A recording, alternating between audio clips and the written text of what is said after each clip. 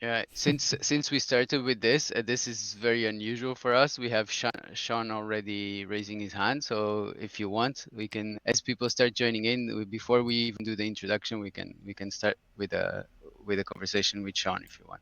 Yeah, let's do. Sean, you got 30 seconds, man. How's it going?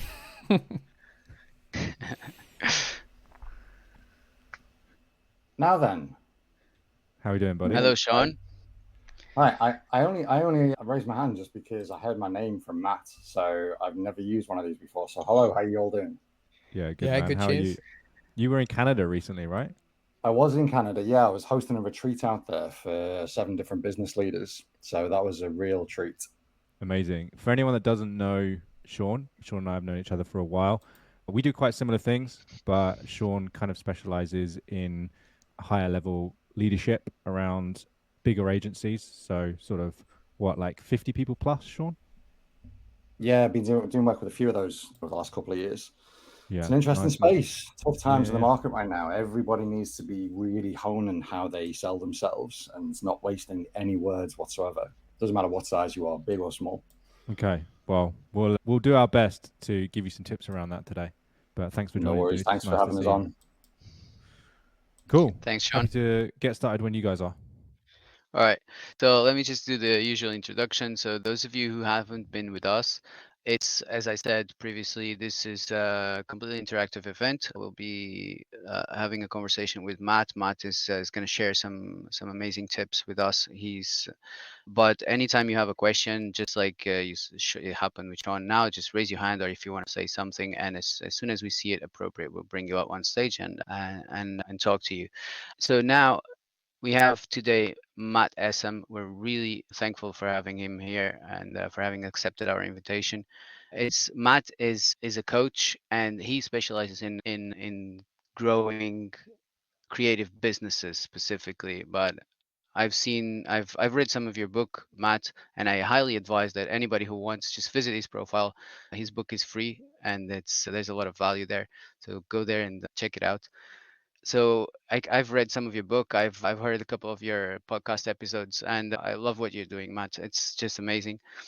And so I'm just gonna let you kickstart this. I know you promised to share some strategies on how to use LinkedIn, 30 minutes on LinkedIn to get clients, to attract clients. I don't know if you want to start with that, if you want to leave that more towards the end, or give a little bit of an introduction about yourself first, if you don't mind. And Yeah, sure. So, I mean, I think the first thing I want to say is like, I am not the LinkedIn guru guy. This is literally just my experiments over the years and the experiments that we've done with our clients. So, I've been lucky enough over the last 5 or 6 years to coach some pretty incredible people. People like Izzy, who spent 20 years as vice president of global product creation at Disney. As an example, we've been coaching Izzy. Eric, who recently rebranded Elvis Presley for Sony Music. So been lucky enough to hang out with and coach some pretty incredible people. And what's interesting about those people is, despite the fact that they are in the top 10% of creative agencies or creatives in the world, they still struggle to consistently attract the kind of clients and projects that they want, or at least they did before we started working with them. So that's basically what I've been doing over the last 5 or 6 years. And LinkedIn has been one of the tools that has worked really well for us. By the way, I'm getting a little bit of static feedback. I don't know if that's from my end or if that's. Can anyone else hear that? not me. No? Okay, cool. Probably just mine. So LinkedIn has been one of the tools that has worked really well for us, both for my business, but also for our clients. So I'm happy to just start breaking some stuff down, or I know Darren and Fran, you kind of had some specific questions that you wanted to ask based on kind of the background and what we've been doing with people. Yeah, I'll leave some of the questions for Darren. Darren, you want to start with those questions, and I'll pick up later. Did we lose Darren? Sorry, my mic was off. Yeah, I think Uh, let Matt carry on from there and break it down a little bit, because I don't want to let him lose the flow of that.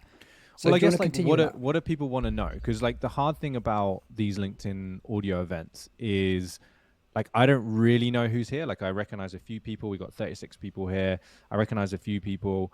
It's all very well me just like talking about LinkedIn, but there's hundreds and hundreds of videos on YouTube about how to use LinkedIn to attract clients. There's an incredible book that Alex Hormozy's written called $100 Million Leads, which covers like a lot of the principles. So for me, Definitely. we're past the age of information. Like it's not enough, in my opinion, to come on and ask for people's time to just tell them stuff, because the information is Yeah, out there.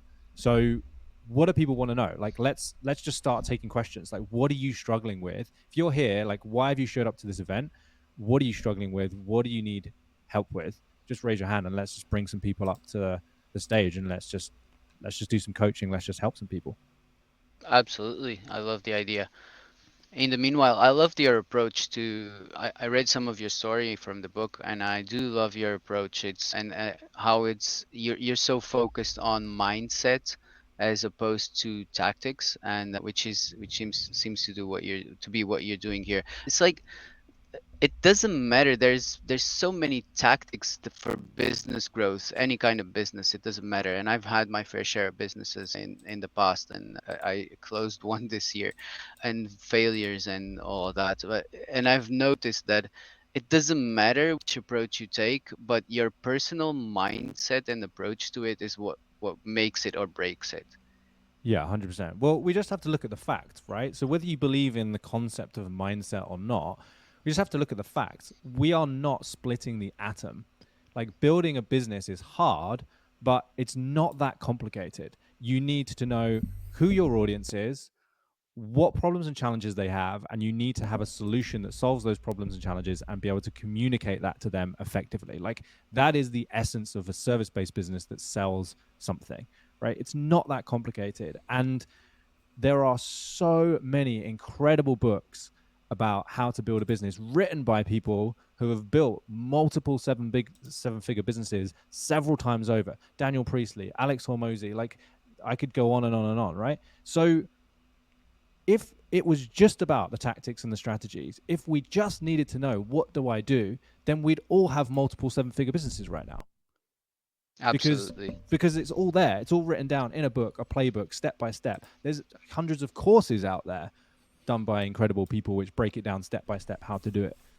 So there must be something else, right? There must be another variable at play that prevents us from getting the results that we want consistently in our life and our business.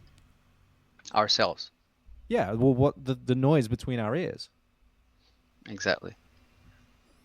So Matt, so we've been connected a while now, and I found you through LinkedIn. Really enjoy your content and stuff. And I think I'll start the questions off, because we're in the process of pivoting now away from LinkedIn profiles to becoming, well, the idea is to become a design agency. And the thing I'm struggling with at the moment is finding clients for retainers. And I feel like that's the step I need to get to. So how would you go about doing that? Okay, well, tell me more about, like, this is a perfect example, right? Because we ask a question like Darren's just asked, and by the way, Darren, like I know you, so I know we've got a bit of rapport already, so I'm just going to sort of jump in. There's so many like assumptions built into that question, and this is a perfect example of how our mindset and our way of thinking impacts the results we get and the strategy that we use. So the question you had for me was, how do I get more clients that I'm going to be able to keep on retainer, right? Yeah. So let's just break that down. Like, how did you get to that point as a problem that you're trying to solve? So for a long time, for 2.5 years, we've been building profiles, and the problem with building profiles is it's a one and done job, and so you've got to constantly find new clients every single week, day, month, and it's a very, very demanding process, and it gets very exhausting. You're putting a lot of content out there, you're engaging, you get the profile, you do it, and it's done. So the reason I want to get retainer clients now is because one, it's monthly recurring revenue, but then it allows me to scale from that point, so I can start to build the team, build the business, which I can't currently do on what I'm doing.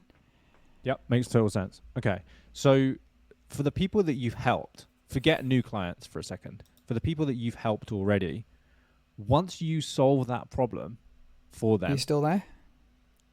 yeah, can you hear me? Yes, I can hear you. I don't know. Darren might have something happened to him, but I can hear you still. Okay, Yeah. Darren, Yeah, can you that's hear it. me? I can hear. Yeah, I can hear you now, mate. Yeah. So forget new clients for a second. For the people that you've already helped, once you solve that problem for them, what is the next problem that is automatically created by you solving that first problem? Visibility. So once the profile's optimized and built, the next thing is driving traffic to that profile. Okay. Can you help with that problem?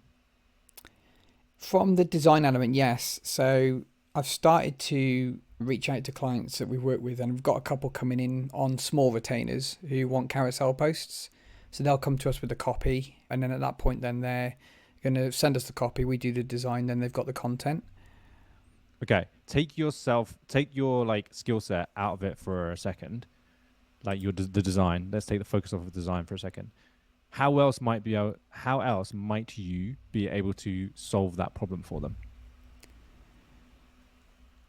Or the visibility to their profile. Yeah.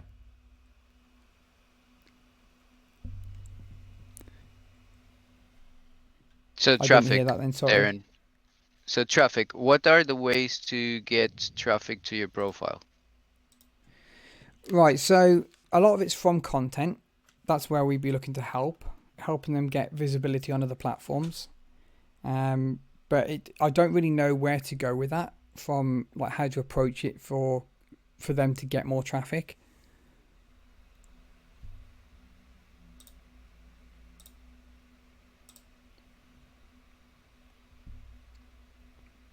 I think he's not very excited about solving that problem, from what I know about Darren. Are you? No, so I do want to solve that problem for them, because the problem is when you build a profile, you want that profile to perform the best it can.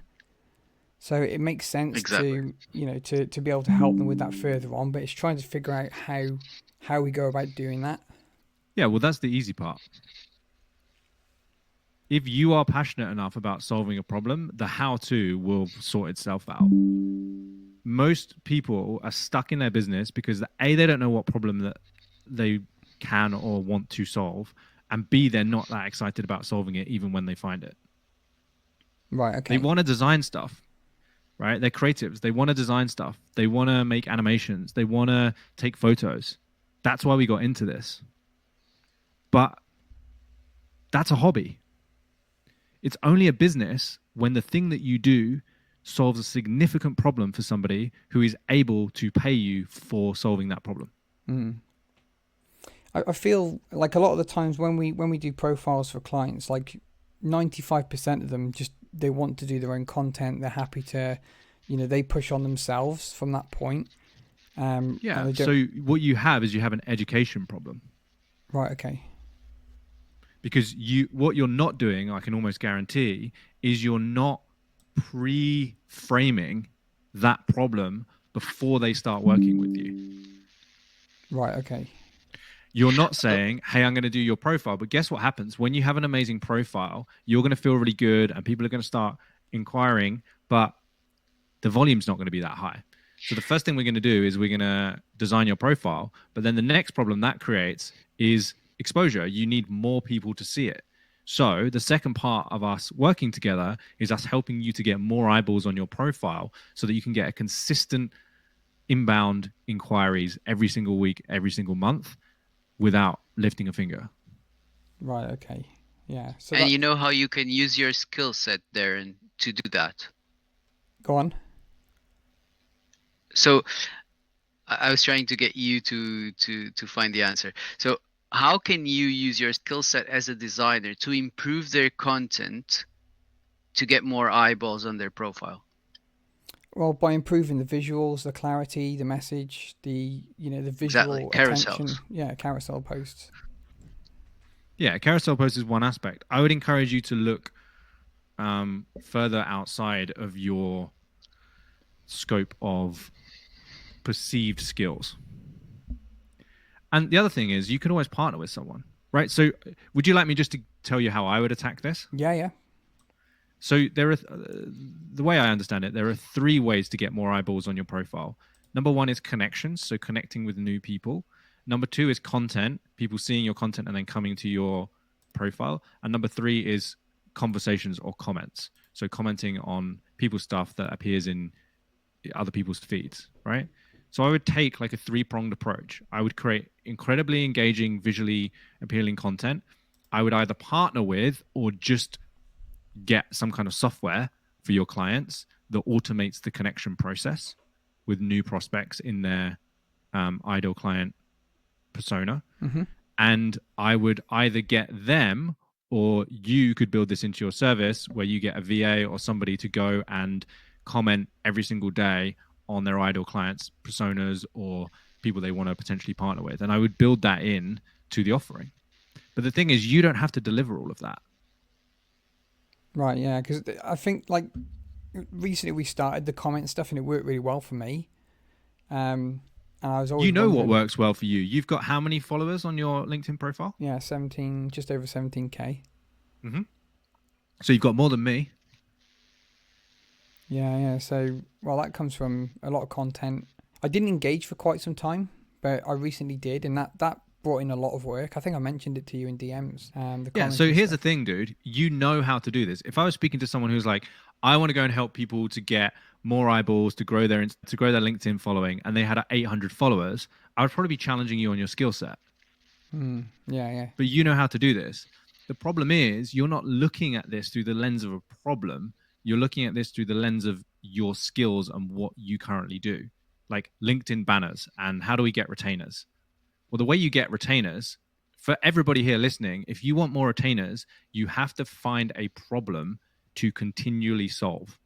A retainer is just somebody paying to solve a problem consistently. That's all it is. Right, as soon as you stop solving that problem, people stop paying. Yeah. Right. Okay. Yeah. It's as simple as that. Happy with that then. And you mentioned something very important there, Matt, the partnerships. And we've been focusing a lot on that there, haven't we? Yeah. That's what made us even start these events in the first place. Yeah, so that's how I would go about positioning it. If I was coming into your business, the profile piece would be what I call logical next step, which is how you take somebody from being a stranger to a customer.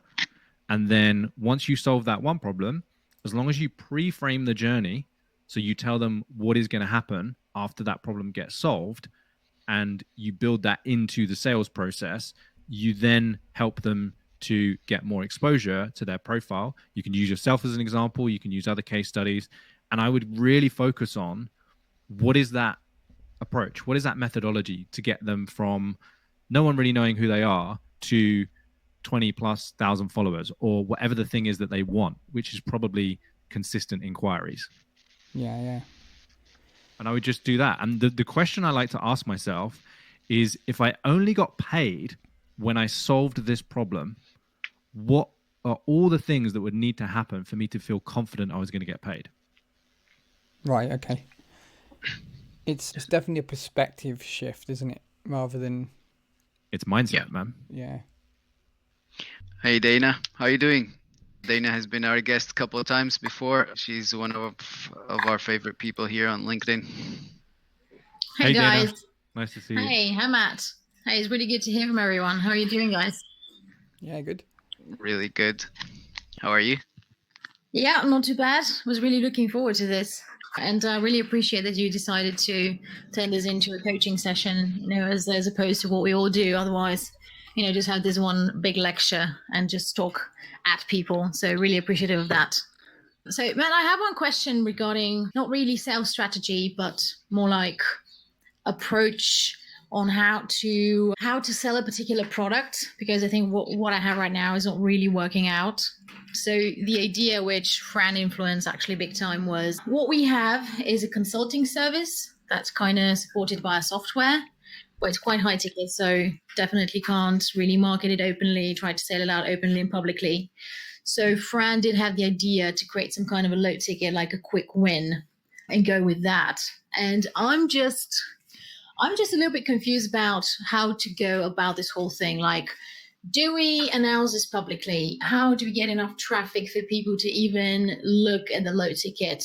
Because, the low ticket is supposed to be like a foot through the door for the high ticket, just get people on call, open up the conversation. But it's just that we're doing all of this organically on LinkedIn, and we don't have enough pairs of eyes, even on a low ticket. Like, I know can't a even guy that say can help you with that. Okay. His name's Darren. He's really good.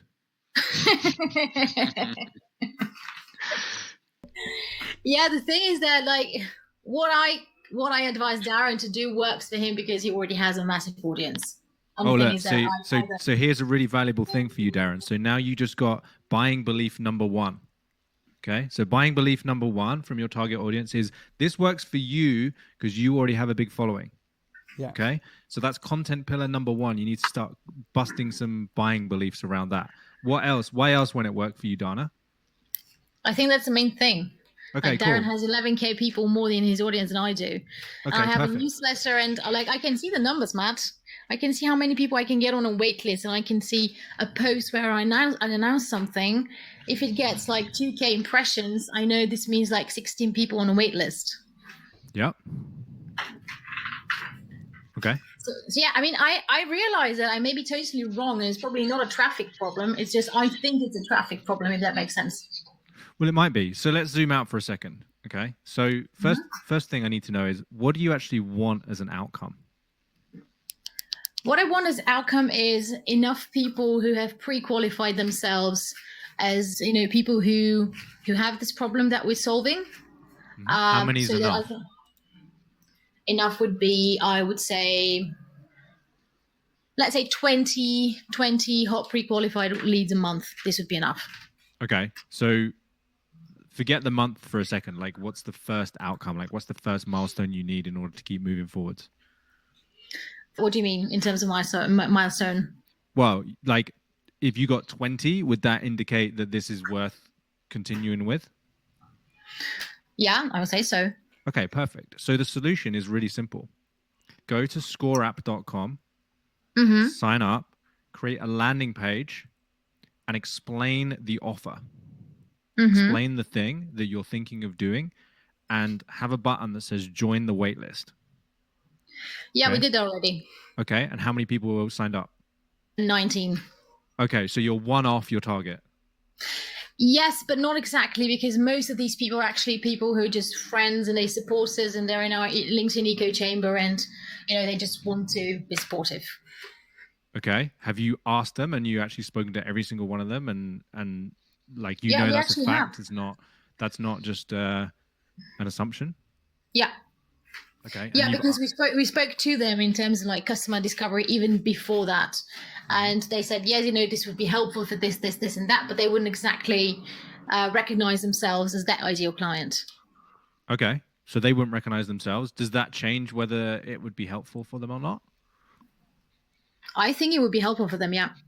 Okay. And so I'm also not saying that the copy on a landing page is great either. So that might be another issue. Maybe, but you've got 19 people and you wanted 20. See, look, this is why I love mindset. Just listen to the way that you are framing this. What I think is going on is there's some other resistance underneath this, which is preventing you. Like, not that you want this to fail. That sounds extreme. But there's an element of this which you're like, you almost want to be proved right that this offer isn't working or it's not good. Like, there's something else going on here. Okay. So tell me what comes up for you when I say that. I would apparently have to think a little bit more about this. Well, what's the first thing that comes up for you? The first thing that comes up is that I would really like this to be like a one-stop shop, like all-rounder solution for LinkedIn in general. The truth is that it really does tackle the relationship building part. I mean, I told you about this a little while ago in the DM, so I don't know whether you remember. Yeah, I do, yeah. It does. So like it does tackle the part where it keeps you more organized. It definitely cuts down time. Okay, But, let's you just know- pause for a second. Just take a breath. So you want this to be the one-stop shop for LinkedIn growth, right? Yeah. Okay. So where's the resistance? What's currently holding you back from that vision? From turning what we have into a LinkedIn one-stop shop, that it actually means redefining the entire product. Okay, so there's the conflict. There's the internal conflict. Yeah. Yeah. So it's nothing about any of this stuff that you've brought to this conversation. It's not about any of that. It's about the fact that you don't want this to sell because you have an internal conflict which conflicts with the vision that you actually want for the business. Right. Yeah, you're probably right. I am right, 100%. No, I believe you. I guess I just needed someone to tell me this point blank. Yeah. But this is why I love coaching and this is why I love mindset, because all of the stuff you brought to this question is what we call the presenting agenda. This is like what we tell ourselves. And the reason we all get bogged down in the weeds is because we use this stuff as a distraction. We use this stuff as a distraction from the hard truths and the hard conversations that most of us are avoiding. Right. So who do you need to have a conversation with about the fact that the vision that you have for this business right now is blocked because it means redesigning everything that you've got?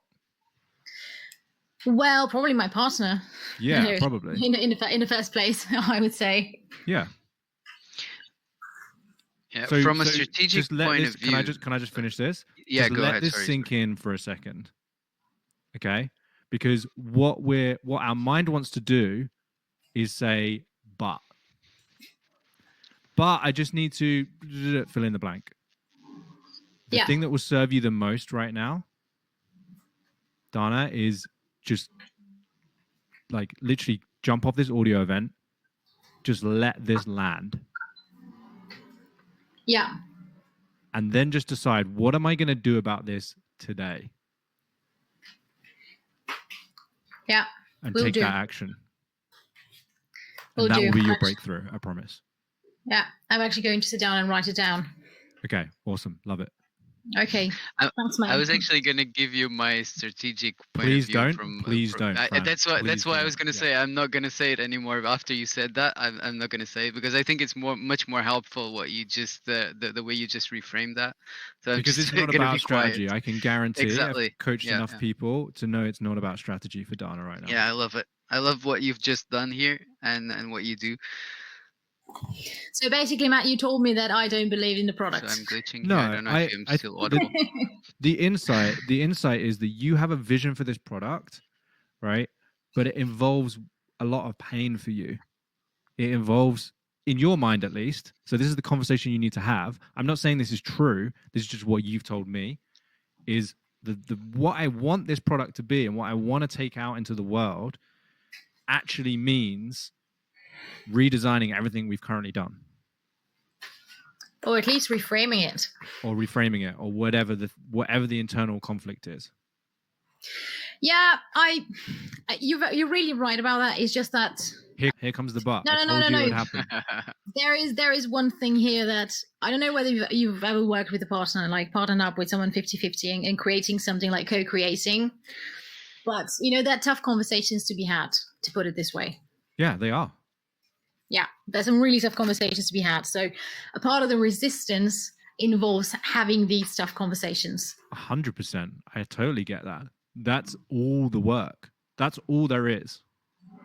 Nothing else matters. Yeah, totally. So follow the resistance, follow the discomfort. And if you have the courage to push through it, you'll be a new woman on the other side. Yeah. Yeah, will do. Absolutely. I'm going to sit down and just write down all my thoughts after having said that. Awesome. You've got this. All right. Thank you so much, Matt. I really appreciate it. No worries. Amazing. Thank you, Matt. So we have 3 hands up and I'm still struggling with Ilya. I can't bring you up stage, Ilya. So I don't know if you tried leaving the link, closing LinkedIn and coming back. If you didn't, please try. And if you can't, just message one of us with your question and we will try to go from there. But I would really like to be able to bring you up stage. In the meanwhile, I'm going to bring here Der Nasir. I hope I pronounced your name more or less. Okay. Yeah, it's Abdul Nasser. Thank you for giving me a chance. What can I call you for short, buddy? Because I'm terrible with names. What's your nickname? Abdul. You can say Abdul. Abda. Yeah. Okay. How can we help you today, buddy? Okay. Yeah. Thank you. I do have just one question. I have been on LinkedIn for 9 months now, so I have been actively participating on the posters, engaging, and I consider myself as a LinkedIn writer, but I didn't land any clients till now. So could you help me with the strategies how to land just a lead or a client to get a client? Okay. Well, This is one question. you've been a ghostwriter for a month. Am I correct? 9 months. Okay. It says a month on your profile. Yeah. Just my profile. Just make it. I make it. I repurpose it. My profile was like digital marketer and project manager, and I make it. I optimized my profile like a week ago. But I was searching for as a writer for 9 months. Okay. Are you good at ghostwriting? I'm trying. Yeah. Okay. So, how many case studies of people do you have where you've ghostwritten their profiles and you can point to tangible metrics that have been improved? I didn't get one. That was my question. Yeah. So, dude, I wouldn't personally, for me, I wouldn't be trying to do this through LinkedIn. I mean, you've got 3,000 followers and like, so you're already quite like advanced there. But can I just be really blunt with you? Okay, that's right. You were a lecturer at university for 6 years. Yeah, I am. Correct? I am still a lecturer at university. So you're still a lecturer. I am employed. Yeah. Okay. So you have a digital marketing. You were then digital marketing specialist for a year, and now you want to be a ghostwriter. I have take course from Coursera. Yeah, no, I get it, dude. I'm not like I'm just being very straight with you. I'm just trying to straight the facts. I like that. Right? Yeah. Okay. Yeah. So give yourself some grace. Okay. You've been doing this for a month. Yeah, 9 months. Well, it says a month on your profile, so you need to update that to start with. Right, but let's say 9 months, and you've taken a course on ghostwriting. Yeah, still I'm learning ghostwriting from the great influencers. Okay, cool. And trying. So just you're a beginner, dude. Give yourself some grace. Yeah. Okay. And I probably wouldn't be on LinkedIn. I would be on like Upwork, and I'd be lowering my hourly rate until I got some clients. Okay.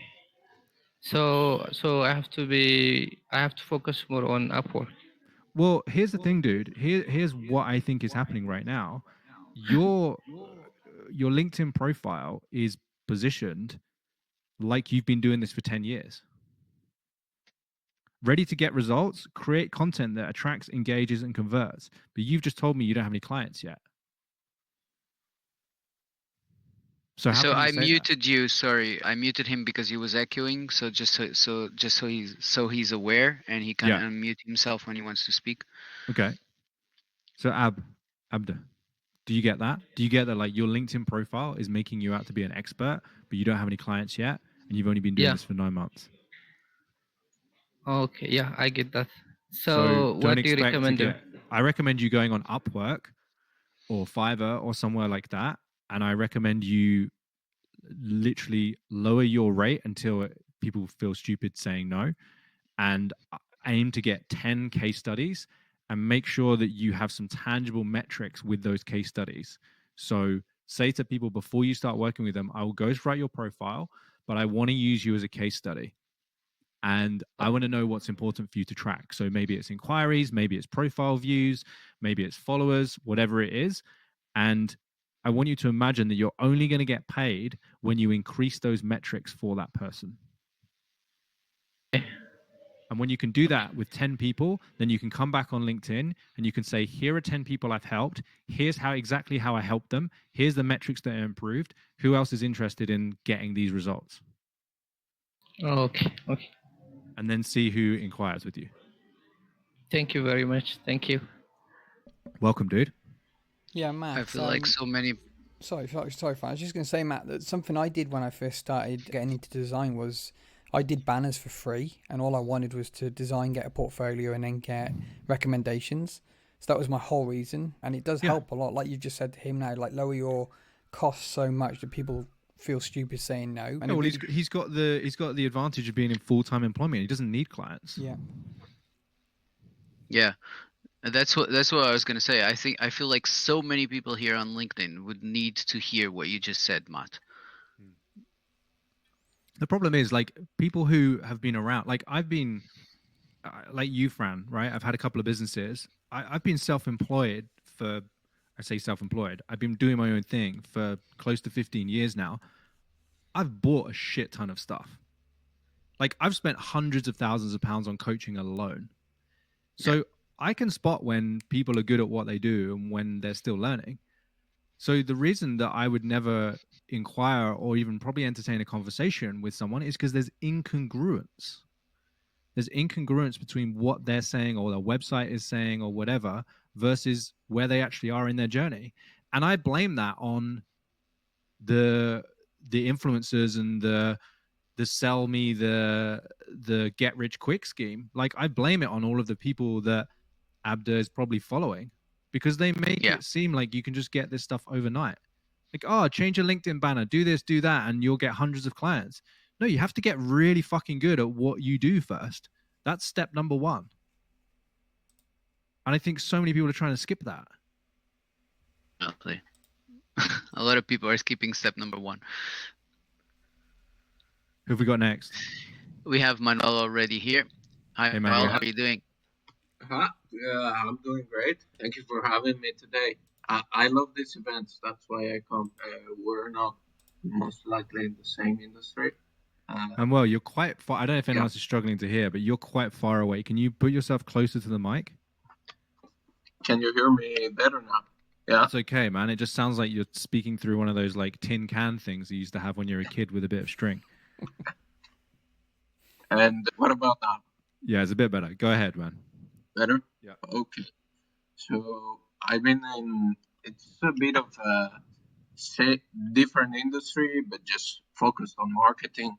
I'm a former engineer, scientist, and I taught myself marketing, and here I am in marketing for biotech and sciences. Took the leap, and now I'm debating myself, and I'm giving myself, as you said, some grace. I'm just starting up my own business, and sometimes I need to remind myself that it's not going to be overnight. It's going to be a process, and there is something inside me just debating, like, is this really what I want to continue with? You know? Yeah, I get that. Do you have a and I totally admire you for that, because that is the journey. Is there a specific question you have? Yeah, so what I've been just digging more into, would I, how could I, because you're more into coaching, how could I reflect on that passion or on that natural doing? How could I ask myself, what is it that I want? What is it that I'm going to go with? Because yeah, no, I get it. So you want to figure out if this is the right path, right? Yeah. Okay. So here's the question that I used when I was in your position. If I had 3 years to live and money was no object, what would I be doing? Yeah. 3 years to live and money was no object. Sincerely, what I enjoy the most is connecting with people, teaching people, and my girlfriend and some friends have told me, like, Manuel, we feel safe around you. You're great, and like you should be type of a coach, and I really enjoy doing that.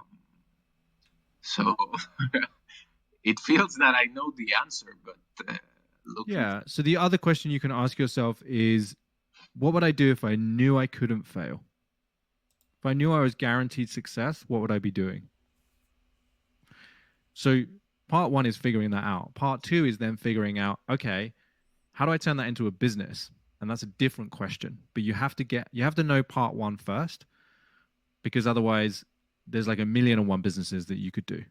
Yeah. It sounds like that's kind of where you're at right now. Totally. Yeah. So get clear on that. And then you have to figure out, okay, this is all the stuff I want to do. Who else is this valuable for?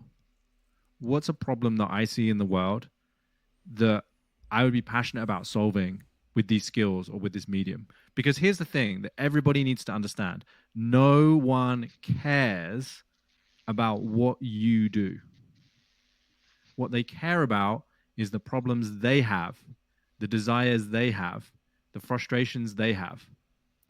So you have to, if you want a business and you want a successful business, you have to be able to find a way to relate what you do to people's problems, pains, frustrations, challenges, desires, goals. If it doesn't relate to that, it will always feel like you're just shouting into the void. Yeah, it's about what you can do for them. Yeah. So that was what I would reflect on, those two questions. If I had 3 years to live, money was no object, what would I be doing? And then the second question is, if I knew I couldn't fail, what would I be doing? If those two things come to the same answer, then you have the answer to part one. All right. And then the second question, a little bit. I'm not afraid of trying new things. You know, I was educated as an engineer, then became more into biotech and then marketing.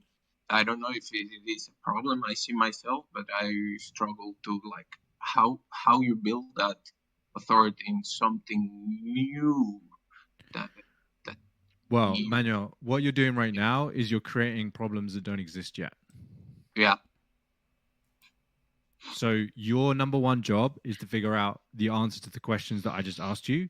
And once you've figured that out, then you can move on to the next step. Until then, none of those other problems about how you build authority in a niche that you just entered or et cetera, doesn't matter.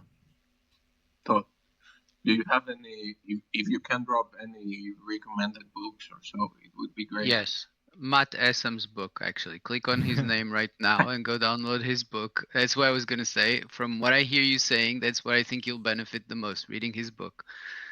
Appreciate that, man. Absolutely. Ian, should we see if we can bring Ian up on the stage? Let's All go. right. Manuel, go download Matt's book. It's free and it's really valuable. Well, thank you, Thanks, Matt. man. Thanks for joining us. Thanks, guys. Hello. Hey, Ian. Hi, Ian. How are you doing? Yeah, good. Thank you. Good. Really insightful chat. Just picking up on what you said before, Matt. You know, 15 years ago, you started your own thing. What was the tipping point which allowed you to do that? That's my first question.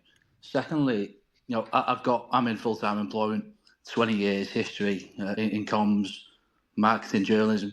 I was thinking, now is the time for me to really move into an agency, but there's certain barriers holding me back, probably financial, mortgage and family and all that type of stuff. What advice could you give me as someone in that predicament? Do you mean, when you say move into agency, and do you mean starting your own agency? Yeah, I do.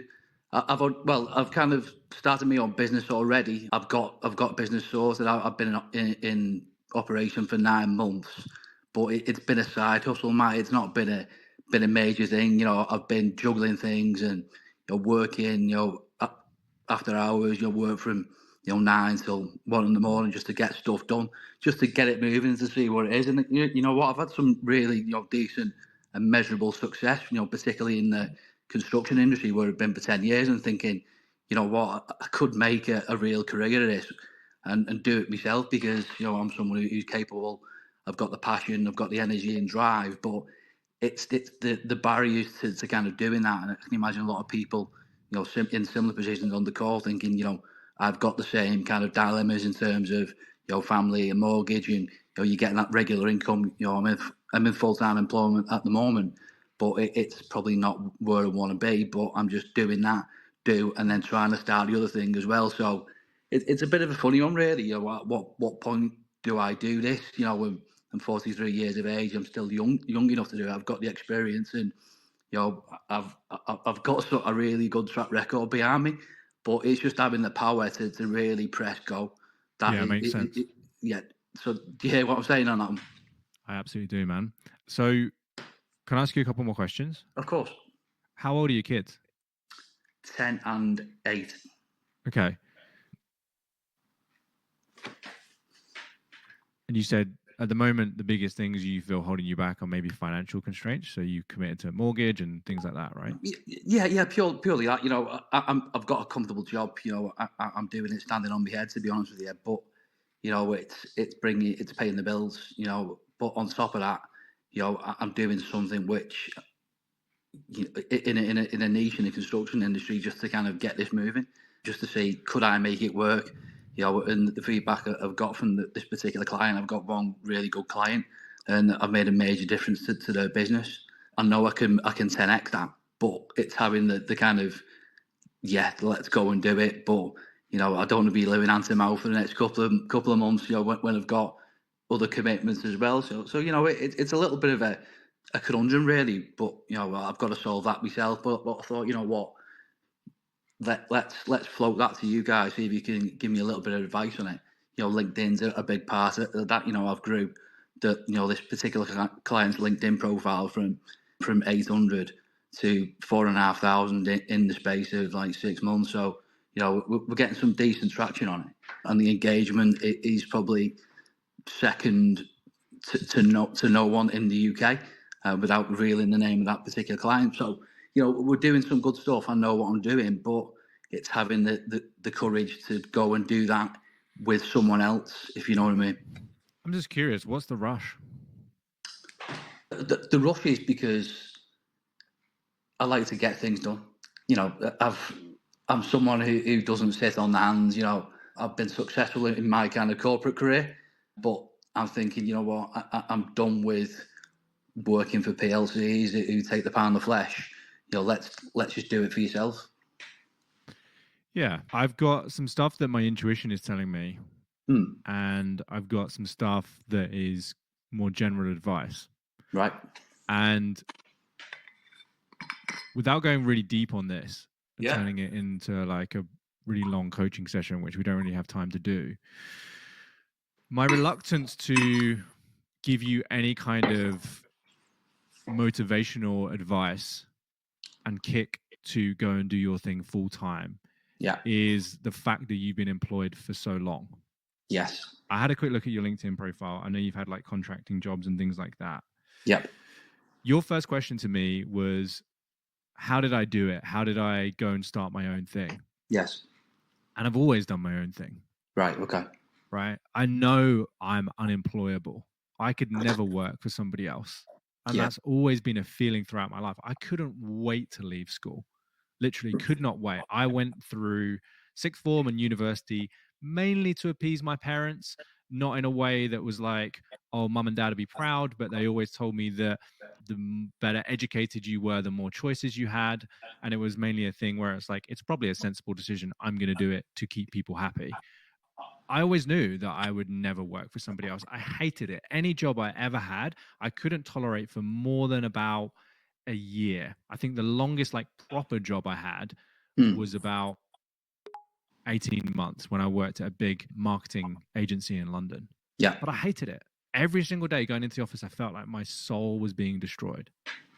So it was easy for me. And I think entrepreneurship has been glorified over the past few years. It's fucking hard, man. Yeah. Running your own business and doing your own thing when you've got a mortgage and when you've got kids to support. If there's anyone here in that position, go and have a chat with them first. Yeah. And find out what the other side to that coin is. And maybe you wouldn't be in such a rush to jump into that boat. Because it sounds to me like you've got a nice little side hustle going. Yeah, you've had to do some late nights and some, you know, some work on the side, but that's not going to change if you start your own business. Yeah, of course. So for me personally, if I was in your position, it sounds like you're the kind of person that values security and structure over freedom and variety, just based on your previous like history, that may have changed recently because your kids are getting a bit older or whatever. Yeah. But the first place I would be looking would not be starting my own business. The first place I'd be looking as, is there another job that gives me a bit more flexibility and a bit more freedom, where maybe 1 or 2 days a week I could do my side hustle? Yeah, I've kind of got that already, really. Okay. It sounds like you got a pretty sweet gig, I'm not going to lie. And I don't think the grass is necessarily greener. Yeah, I hear what you're saying. Doesn't mean you shouldn't do it. I just don't think that there's a rush. I just like any unnecessary pressure financially is going to put you in a place where you start that business in what Daniel Priestley calls reptile mode. And you're going to be in survival mode. You're going to be in fight or flight. And you're probably going to make some pretty bad decisions as a result of that. Yeah, no, I understand that. I'm just thinking, without to dwell on this and take up everyone's airtime, could I get another 2 clients if I had the time? And I think I could. I think I could. Yeah, I'd have no doubt that you could. But then what? Yeah, Ian, I think I can give you my experience that might help here, and Great. I don't know, Matt, you can comment on it if you'd like afterwards. So I spent 4 years trying to build my business while working full time, Yeah. and it was tough. And my main concern, I kept telling myself, all right, if I had all the time in the world to dedicate myself to the business and I didn't have to worry about the other job, then this would be much easier. And I've been out of corporate for 4 years now, so Yeah. another 4 years on my own. It hasn't been easier. Yeah. It's been a different set of struggles, but it's exactly the same. It's just unknown struggles, and I think that's where Matt was coming from.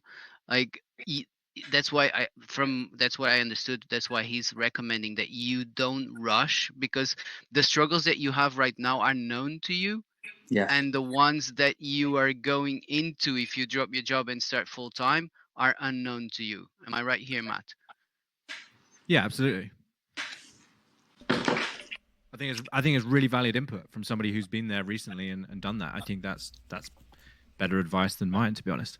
It's the same with our business, Matt, as well, because I left recruitment when I started the business just before leaving recruitment, and like Ian, it is so stressful when you move into a business full time. I've got a 3-year-old daughter. I'm 39.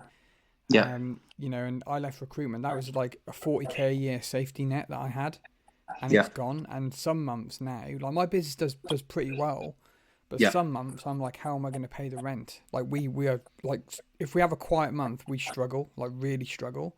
Yeah. So you've got to keep that in mind, especially if you've got 2 young kids. Like I know why Matt asked, what age they are. If they're 18, 20, 25, they've probably got their own jobs, so they're not relying on you. But at the moment they are. That's it. And as a dedicated father, you wouldn't want to put anything at risk, and that's one of the key things which is holding me back, because by nature I'm a risk taker. I take risks. Since I've been married, and obviously the responsibilities, but what are wrapped around that. Things change, and people change, and you change, which I've seen, and but I'm thinking, you know what, maybe this, I think this is good advice. Maybe I'm looking at the big pot of gold at the end of the rainbow, when really, I've got a pretty decent thing at the moment. It's just that when you don't feel you're being stretched, it's almost like you can check my LinkedIn profile out. I feel I've been a Premiership footballer, operated in Division 1. And that's the kind of dilemma for me, because I like to be operating at the top. Not to kind of dwell on ego here, but that's where I believe I need to be. So with me, sorry Matt, just quickly, what I wish I did before leaving recruitment, I wish I went part-time rather than leave the job. Yeah. Because then at least I'd have part-time income to support the rent, the food, the bills. That would cover that, and then my business is all just it stays in the business until it's scaled properly. So sorry Matt for cutting in. No, I was just going to say, one of the most valuable exercises I think anyone can do is figure out what your values are. So what are you missing right now? Like you said, you're not being stretched, but what's the feeling behind that, Ian?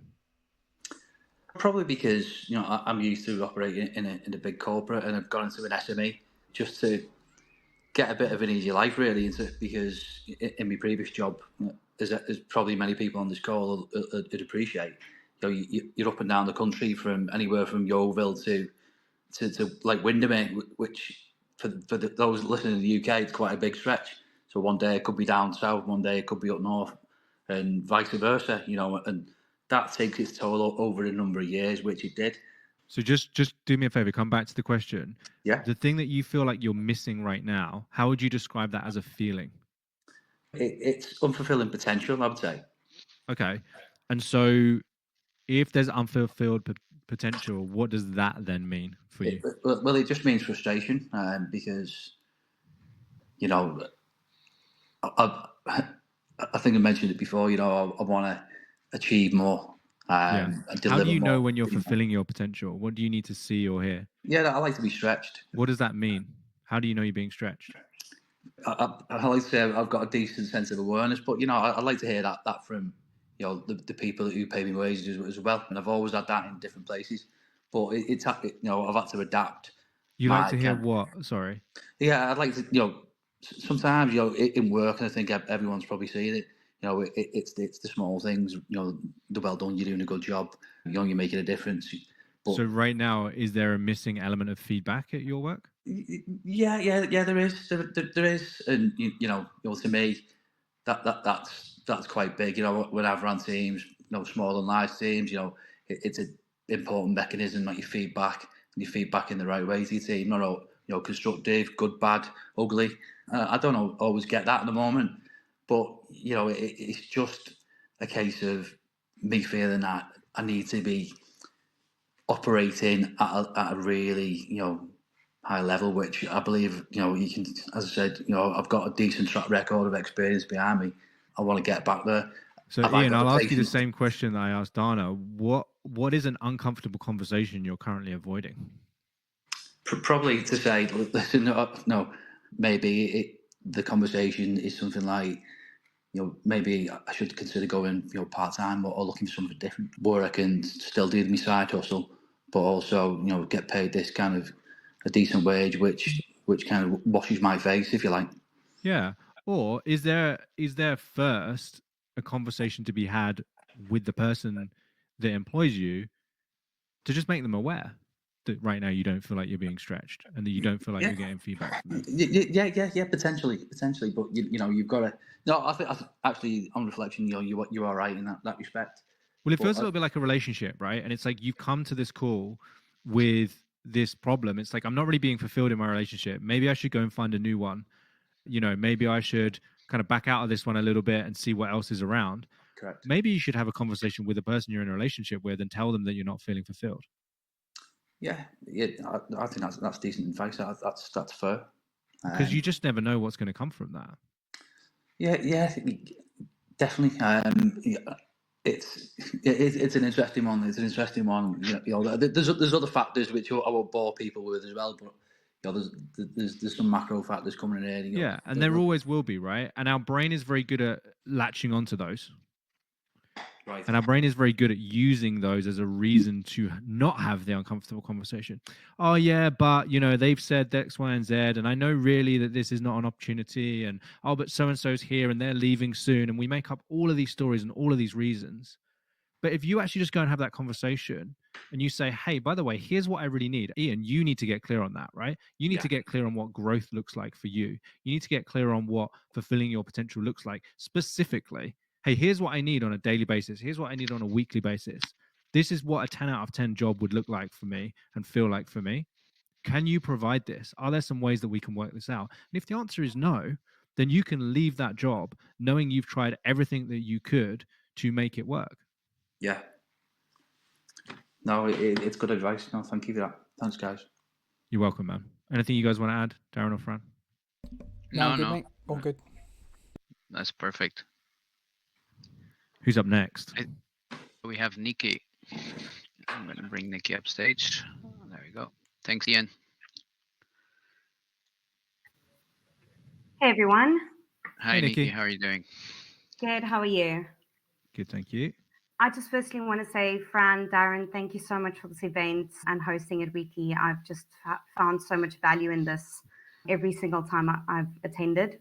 Matt, the insights you've given so far has been fantastic. So I started my LinkedIn journey about a year and a half ago. This is when I moved into my current position. And we provide virtual assistants to business owners based in the UK. I'm South African and I'm based in Cape Town, South Africa. But when I started my LinkedIn journey, I didn't know how much goes into it. And I developed a very big passion for LinkedIn. Now, in my entire journey on LinkedIn, I've probably converted about 3 leads, which is, in a year and a half, that's not great. And I've done a lot on my profile to provide value. I update my profile. I do about 5 posts a week. I try not to make it too salesy. I do some personal posts as well. And I have people viewing my profile literally on a daily basis. And these people are business owners, estate agents, which is also very much our target market. And on my page, I do try to focus on solving pain points. And, for me to be able to make a sale, I need to get a discovery call. But I have had some valuable conversations on LinkedIn, but it very rarely converts into a discovery call. So I want to find out, why am I not converting enough leads? So that's basically my first conundrum. Then the second one is I really want to start a business. And, my strategy is actually also to do it on the side until it grows into being able to sustain itself. And this business, I really want to focus on helping other business owners because I have a very big passion for business. And this could be everything from their branding, their marketing, their strategy. But my idea is to start with LinkedIn outreach to help them, with their LinkedIn profile, etc. But how can I make this work for other people if I can't make it work for myself? So It's a great question. That's the conundrum I'm in. I'm curious to hear some thoughts from Darren and Fran. I just want to get clear on what the problem is because you've kind of brought 2 problems here, and they kind of seem very disparate. It's like, help me fix the first one, but I also don't really want to be doing that. I want to be doing this other thing. That's how I interpreted that, but maybe I've got the wrong end of the stick. So, what I do love about my job is that I do get to help business owners. But what I'm struggling with is having people see the value in our conversations enough to be able to jump on a Zoom call with me. Because the thing is, if I get them on that call, that's when I can really translate the value that our business is able to bring to their business. And, that's really where my passion lies is in helping others. That's when I feel fulfilled. Yeah. But it's just to get them onto that call, So just to clarify, you are currently the client success manager for VA Central. So that's a full-time role, right? That's correct. And the problem that you're trying to solve in that role right now is getting that business more leads. Yes. Okay. But you're currently the client success manager. So you really should be focusing on current clients being happy. No, not exactly. I wouldn't say my title is very accurate. I'm very much in a sales / business development role. Okay. How many people are in that business? We've got about 7 members in the leadership team, but we're over 100 VAs. Okay. So when you say the leadership team, just help me here, because usually you wouldn't have a leadership team until you got to like 50 to 100 employees. So do you mean there's 7 people in the core business? Yes, exactly. Okay. So you've got 7 people. Who else is responsible for generating leads? Well, obviously we've got marketing. We've got, we do Facebook marketing. We've got a digital marketer that focuses purely just on that. And then it's basically myself and my other client success manager where we need to generate our own leads as well. And of course we focus we actually just focus on LinkedIn, to be honest with you. And then also, of course, getting referrals from current clients. That's actually our biggest growth that we've experienced in our business. Our business grows in about 80% referrals. Okay. I will answer your question, but I want to get you a solution, not just an answer to your question. Is that fair enough? Exactly. No, that'd be great. Okay. So what's your referral strategy? Referral strategy. So we basically offer clients £100 if they give us a successful referral. And, I mean, if it's a current client, we just can subtract it from their monthly payment. So it means that 1 month they'll have £100 less that they're paying. And then, of course, we'll just basically check in with our clients on a regular basis and find out if they've got referrals for us. Okay. And how often do you ask for referrals? Well, I'm going to be honest. Personally, I don't ask enough, but the team enough? asks quite often. Yeah. But we're talking about you personally here, right? Because you're like, my job is to get more leads. Yes. Okay. So how often do you personally ask for referrals? Very rarely, honestly. Okay. So there's strategy number 1 where we're dropping the ball. I was actually thinking about that this week, now that you're mentioning it, that I actually need to start focusing more on my referrals. Yeah, well, here's the thing, right? This kind of comes back to mindset a little bit, but there's so many people here. I guarantee that like 80% of people here, there's something in your business that works right now, and it might be referrals, that you're just not doing more of. That's true. So let's solve that problem first. Let's get us to the point where we don't need more leads, where more leads would be nice. You know what, Matt? I've got this issue where I don't want to bug people. Well, are you good at what you do? Yes, I am. Okay. So are there people out there right now who are struggling in their business because they don't have your services? Yes.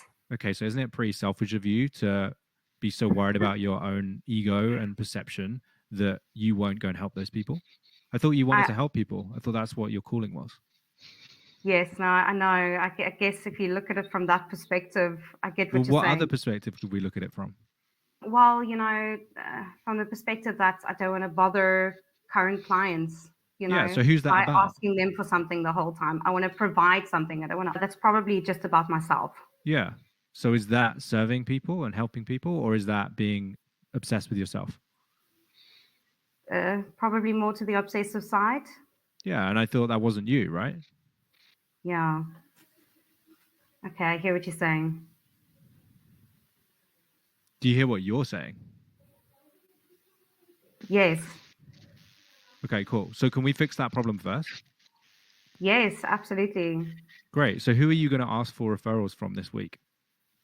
Well, I mean, we've got a list of people that I can ask. Yeah. Who right now do you know who's really happy with what you're doing? A few of my clients, to be honest with you, actually most of them. Apart from the £100 referral thing, what else, if you really had to, what else could you offer them to make it a no-brainer for them to refer some more people to you? I don't know.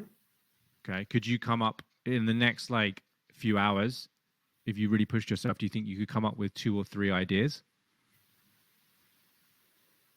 To provide them something else.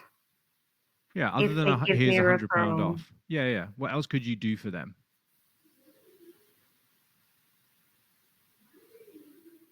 I mean, if I brainstorm a bit, I'm sure I'd get to something. Yeah. What about if you asked them that question? Oh, that's a good idea. I like that idea.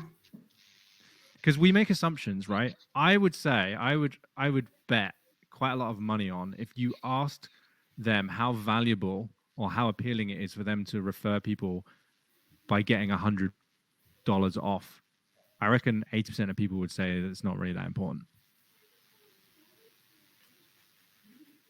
Yeah, I agree. No, I hear you. I mean, yeah, I also don't think £100 is really that much value.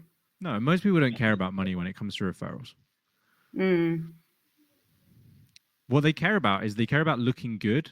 And most people like you, they want to help people. So the best referrals that I've seen are ones that do both of those things. And you could probably think of some of those examples yourself. I think Dropbox was a great example. Why did Dropbox grow so quickly? Well, because when a friend signed up, they got a free account and they got a gigabyte worth of free storage. Well, that makes me look good. And it's easy because I'm adding value for somebody else. There's a lot of companies that leverage that model. Yeah. So, Nikki, I'm going to frustrate you and I'm not going to give you any feedback on your profile. I can see some stuff that can be improved, but I reckon Fran and Darren might have more to offer? Yeah, I did, but I don't know if I should. Well, you know, Nikki's going to fix that problem so she doesn't need Please, leads. I She's would gonna... love feedback. I would love that because it drives me crazy. I try and do what I can, but I mean, I'm very much open to constructive criticism. Yeah, that's the thing. That's why I'm so that's why I'm so in awe with this call with Matt. It's like you started telling us about your problem, and I started seeing solutions in front of me, right? And I visited your profile, and I know that Darren can help out with some things there as well. But then I hear Matt speaking, and I see like, why am I going to offer more solutions if she already has a solution right there? And that's the That's one true. she should be focusing on. If I give more options, I'm just going to distract her from that. That's what I get from after Matt speaks. I feel like I'm just going to hurt you, you know, like. Yeah, it's a good awareness, man. And honestly, like, my experience is that coaching is powerful because it zeroes in on the thing that we actually need to do that's going to move the needle. And like, you can Yeah, 'cause optimize your profile all day, every day, Nikki, like, and you may get a few more leads from it. In fact, I'm sure if you did work with Darren and you did some of these things, it would help. But if you don't have a referral strategy and 80% of your business comes from referrals, that seems like a big hole in your business right now. Okay. So I would plug yeah, that so one first. Yeah, sorry. Go on, yeah. So my question would be, how profitable for you would it be to add a new strategy if that one that is the best one for you is not honed in yet on? I mean, if I can actually just start focusing on a referral strategy, I'm sure it would be very beneficial for the business. Absolutely. I would just need to go and brainstorm referral strategies, and then I'd need to, of course, present this to. Well, here's the thing, Nikki. You could do that. Sorry, I'm just going to interrupt for a second. You could do That's that. okay.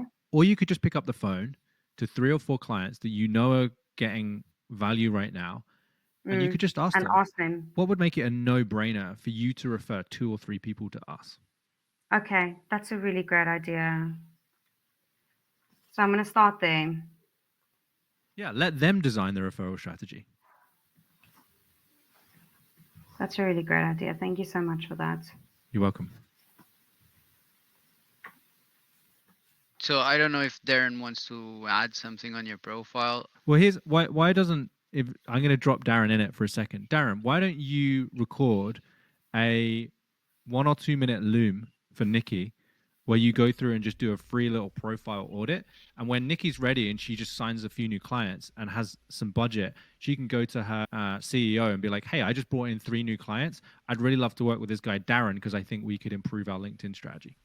Yeah, I'll do that today. I've got a bit of time today, so I'll get it done. Amazing. There you go. Amazing. I've got big smiles aside. Thank you so much, guys. I really do appreciate it. Welcome. This is beautiful, Matt. Guys, I think we got 5 minutes left. Am I right? Yeah. Okay, Yeah. cool. I mean, there's no limit, limit, but people are not going to stay here all day long, and you probably are busy as well. Yeah, I've got a couple so more we calls. usually run for 90 minutes. So Okay. if anybody has any more questions, just raise your hand. The last few questions. I love the value Matt is providing here, and I don't know. I feel disarmed myself because I feel like I shouldn't be offering marketing strategies because I love the way you approach this, Matt. It's like they already have the strategy they need. That's pretty much it, you know. Well, I love what Alex Hormozy says, right? Most businesses aren't growing because they're just not doing the fundamentals as well as the people that are growing. Like, if you look at the people that are perceived to be ahead of you or are getting the results that you want, most of them aren't doing anything fancy and crazy. Like, if you look under the hood, they're not doing anything crazy. They're just doing the fundamental things really, really well. Absolutely.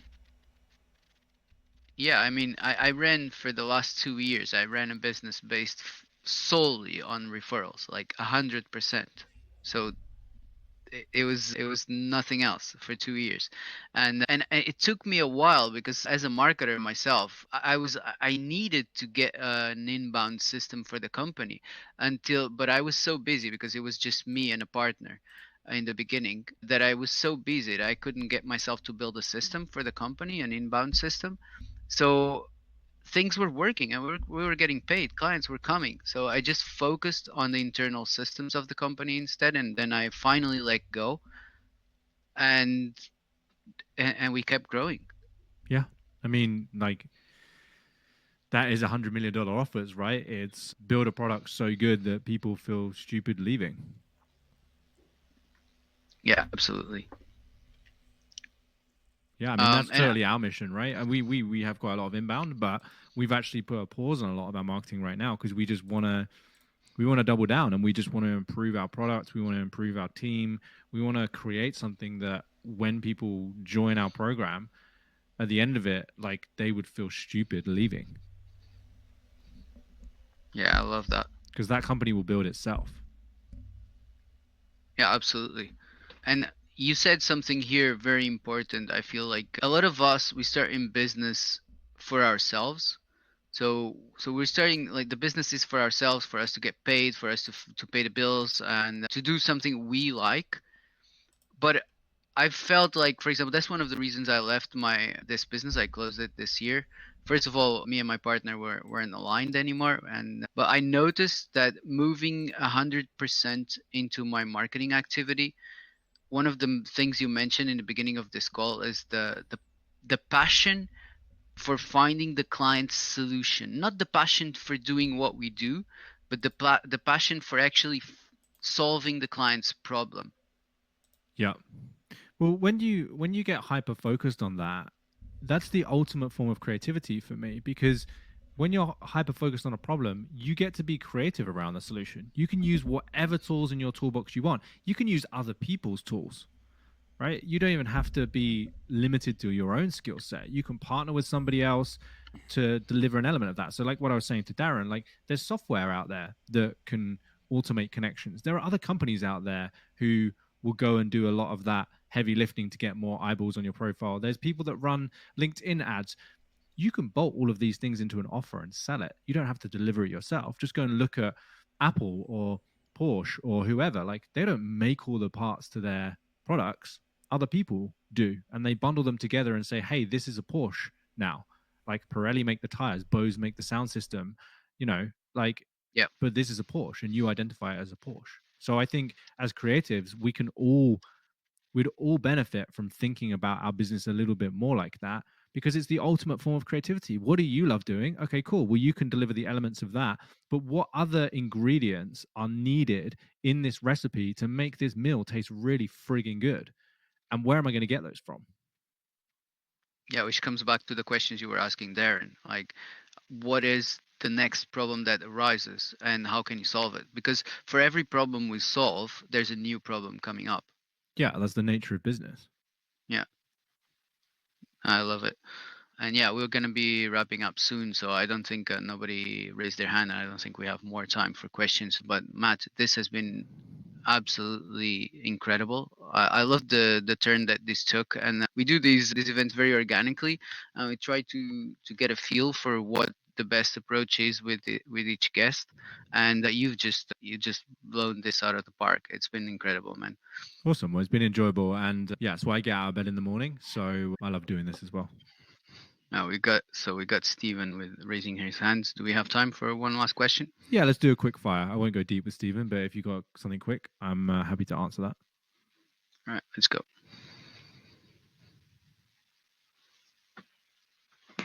Hi.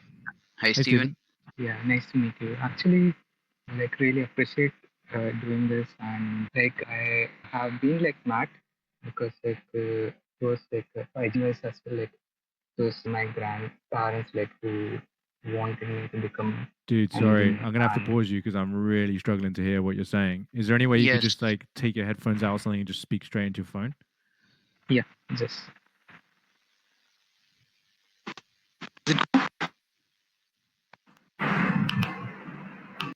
Yeah, we can hear you. Is it good? Yeah, it's better. Like, education wise, like, it's okay. So like, education wise, like, I have been. Dude, Stephen, do me a favor. We're like wrapping up. We're out of time. So see if you can condense your question into 30 seconds. Yeah. So like, education wise, I've been like in Matt's place, and also like business, like work-wise, like I have worked almost 1.5 years. So my question would be like, any like sort of like advice, like what not to be done. Like I think like I have been in a very starting point like Matt was. So like what should not be done like moving forward. Thank you. I don't know about you guys, but I did not understand that question. Yeah, me neither. Just Steven, it's like just what would be the next step about something. I didn't get it, so honestly. Yeah, I didn't get it. Stephen, we're going to relegate you from the stage, buddy. My advice to you Yeah. would be learn how to ask better questions. That's great advice. Yeah. All right, Matt, thank you so much for coming and joining us. This has been an absolute value bomb, direct coaching right there. And I think that people are going to take a lot of value out of this, even those who didn't get to ask questions or didn't feel like asking a question. We'll have the recording up soon as well. So if anybody wants to see the replay, they're welcome to. Again, I highly recommend visiting Matt's profile, and just there's the link there for his book. His book is really valuable. And we started like a couple of weeks ago a small community of for people who join these events specifically exclusively. So there's a link in the comments if you want to join. That link is going to be up for only a few more minutes, and then we're going to take it down because it's exclusively for people who are live with us here. So just feel free to click on it and join us there. Matt, once again, thank you so much for everything you've given us here. Darren, any words? No, I've really enjoyed it, Matt, because like we've been connected a while now, and I've just been saying to Fran, I want to get Matt on, and yeah, it's definitely something that's aligned with what I'm trying to do as well. So thank you very much. Welcome. It's been fun. Thanks for the invite. Awesome. Thank you, Matt. Cheers, guys. Thanks everyone for joining. Good to see some familiar faces, and I hope you all got some value from that. So yeah, head over to my profile. If you've got any other questions, feel free to send me a DM. Cheers. Thanks a lot, mate.